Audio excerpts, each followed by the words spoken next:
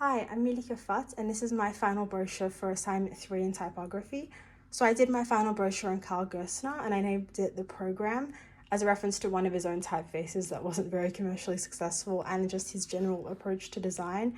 He was very methodical, very precise, very systematic in his way of designing, and he made many theories and many formulas in a lot of his publishings, and just his approach to design was one that was very structured, so I wanted to reflect that in my brochure. So this is the front cover of it. The font that I used was Newhar's Grotesque Display. And then this is the second reveal. So here I've just got a photo of Gerstner himself, and then this is my reflective text on his design work and legacy. I split it up into 3 paragraphs just so it's a lot easier to look at visually as opposed to a big chunk of text. And then in here you can see the first page of the interior of the brochure. So I have the first line of text and the title, which I reinstated up the top, so it's a bit more of a formal approach. This is the complete interior of my brochure. As I said, I wanted to keep everything really structured and really organized because that was just his general approach to design. So I used a grid layout that I followed pretty precisely here. So it was 2 columns and then 9 rows going across, just so I could keep everything really organized. I have all the body text here coming off of a single flow line, just so it's just really neat and clean in its structure. The only thing that juts out from that one flow line is the title, which is reinstated in the top left. And then on the bottom here, the pull quote, which just goes across 2 panels. Even the images fit into the grid structure exactly. I have them all aligned either from the bottom or the top, just so it still all looks like it's stuck in place.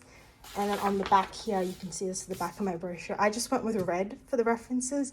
I didn't want to overcomplicate it with fitting in all the shapes and not having them overlap the pages that I already did. So I just decided I have to just keep it red. But yeah, and in this photo here, which is from one of his own publishings, you can see the pattern that I used for the brochure. So he had a real big penchant for using shapes in a lot of his designs, especially squares and circles. And this was one that I saw quite a lot in a lot of his different publishings. He would have them, in different opacities, different shapes, all one layered over the top. So I use a simplified approach to that in my own brochure to kind of reflect, one of his own designs. And the way I used it was just more noticeably on the second reveal and the front cover. So you can see it's a lot larger and there's more variation here. And then it's used a lot more sparingly inside the brochure, so it's not, too overcrowded or too much. And I had circles on either end just to kind of frame that middle bit. Even for my titles, I kind of wanted to further reflect, his style of design. So for here, I named it Grid for Capital because he designed a grid structure that was for a magazine at the time called Capital, and it's one of his most famous pieces of work. It's something we continue to use in design now.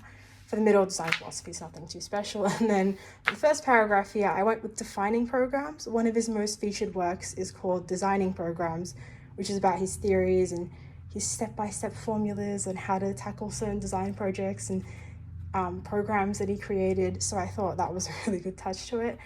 But yeah, I'm really proud with how it turned out. I think it honors him and his work as best as I could. And I learned a lot about both him. I think his design work, his theories are really interesting to learn about, and especially just about design. I've learned how to use a grid structure for the first time, and typesetting. I've learned so much. Like, they're all things that I'm definitely going to be using a lot, in the rest of my course and as well, hopefully in my future design career. But yeah, that's everything from me. Thank you for listening.